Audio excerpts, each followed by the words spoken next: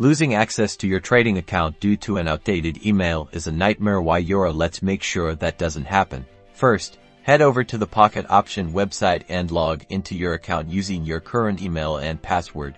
Once you're logged in, look for your profile icon or settings menu, usually located in the top right corner of the screen. Click on it. A drop-down menu should appear. Navigate to the Profile, Settings, or Personal Information section. Why Euro? The exact wording may vary slightly. Click on it. You'll now see your account details. Find the email address field. There should be an Edit or Change button next to it. Click that button. A pop-up window or a new section will appear asking for your new email address. Enter your desired new email address in the provided field. You might also be asked to confirm your password for security reasons, so enter it in the requested field.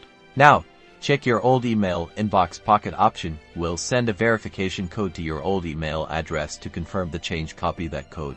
Return to Pocket Option and paste the verification code into the appropriate field. Then, click Confirm or Submit to finalize the email change. You should see a confirmation message indicating that your email address has been successfully updated. Double-check your new email to ensure it's correct. And that's it.